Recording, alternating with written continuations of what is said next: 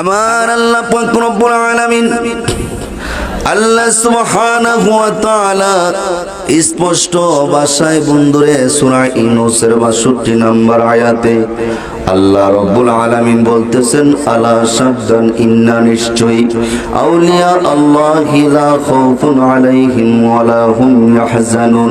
আলা সাবধান বললেন আল্লাহ, আলা সাবধান, ইন্না নিশ্চয়ই আউলিয়া আল্লাহি, যারা আমার বন্ধু, লা খাউফুন তাদের কোনো ভয় নাই, ওয়া লা হুম ইয়াহজানুন আলমে বরজাক কবর জিন্দেগিতে তাদের কোনো চিন্তা থাকবে না। চিৎকার মেরে বড় করে বলেন আল্লাহু আকবার।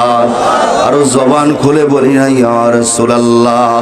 বন্ধুরে আমার, বন্ধু যখন নাকি চিন্তিত হয়ে যাব, যখন চিন্তিত হয়ে যাব, টেনশনের মধ্যে পড়ে যাব, হাসরের ময়দান যখন কায়েম হবে, ওই সময় আমার আপনার শরীর থেকে ঘাম পড়তে পড়তে কারো হয়ে যাবে পায়ের কড়ি পর্যন্ত, কারো হয়ে যাবে হাঁটু পর্যন্ত, কারো হয়ে যাবে কোমর পর্যন্ত, কারো হয়ে যাবে গলা পর্যন্ত, কেউ ঘামের মধ্যে সাঁতার কাটবে।